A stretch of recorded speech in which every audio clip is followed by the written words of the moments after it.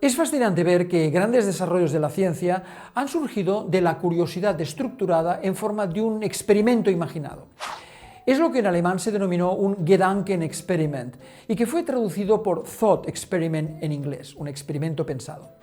Se trata básicamente de imaginar una situación posiblemente difícil o imposible de replicar en la realidad y pensar sobre qué ocurriría en tal situación.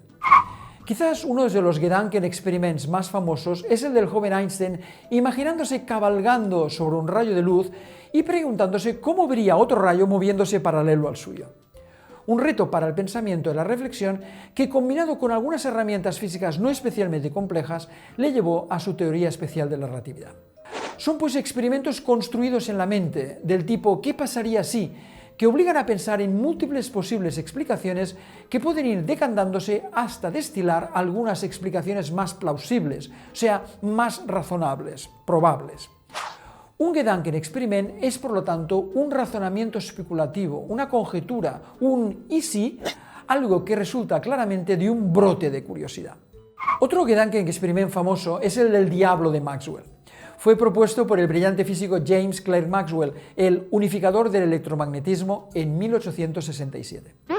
El experimento empieza imaginando dos cámaras rellenas del mismo gas. Maxwell proponía entonces imaginar que un pequeño ser, un duende o demonio, controlara una puerta entre las dos cámaras. Cuando las moléculas del gas se acercaban a la puerta, el duende abría o cerraba la puerta de manera que solo las más rápidas pasaran de una de las cámaras con un esfuerzo mínimo a la otra, sin realizar aparentemente trabajo. De esta manera, en una de las cámaras se irían acumulando las moléculas rápidas y en consecuencia aumentaría su temperatura. El resultado sería, por tanto, que habríamos generado orden, el gas frío en un lado y el caliente en el otro, de una situación de partida más desordenada, el gas repartido por igual en las dos cámaras. ¡Wow! Esta ordenación, sin que se haya exigido trabajo para hacerlo, violaba la segunda ley de la termodinámica. La entropía de sistemas aislados no puede decrecer, o lo que es más simple, una bola tirada al suelo va botando hasta pararse, pero nunca hemos visto que una bola parada empieza a botar espontáneamente, botando cada vez más alto.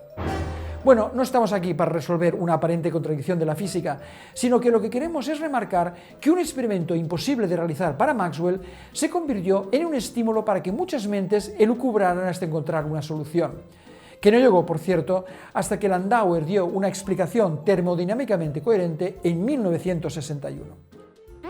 Hay muchos otros Gedankenexperiment famosos, como el del gato de Schrödinger, o el clásico de la liebre, o Aquiles y la tortuga.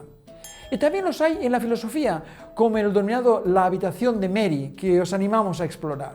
Como también os animamos a ver el Gedankenexperiment de la ganadería humana. ¿Qué ocurriría si unos extraterrestres nos invadieran y nos usaran para alimentarse, usándonos simplemente como nosotros explotamos despiadadamente a los animales como ganado?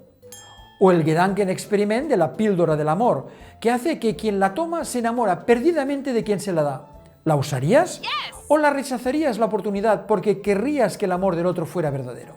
Pues estos no son más que algunos casos de los muchos que deberíamos pensar como Gedankenexperiment en un mundo de realidades alternativas, virtuales y aumentadas, resultado de la superposición de la inteligencia artificial con la humana. Un mundo al que parece que vamos sin posible remisión y en el que tenemos que empezar a pensar desde el experimento imaginado.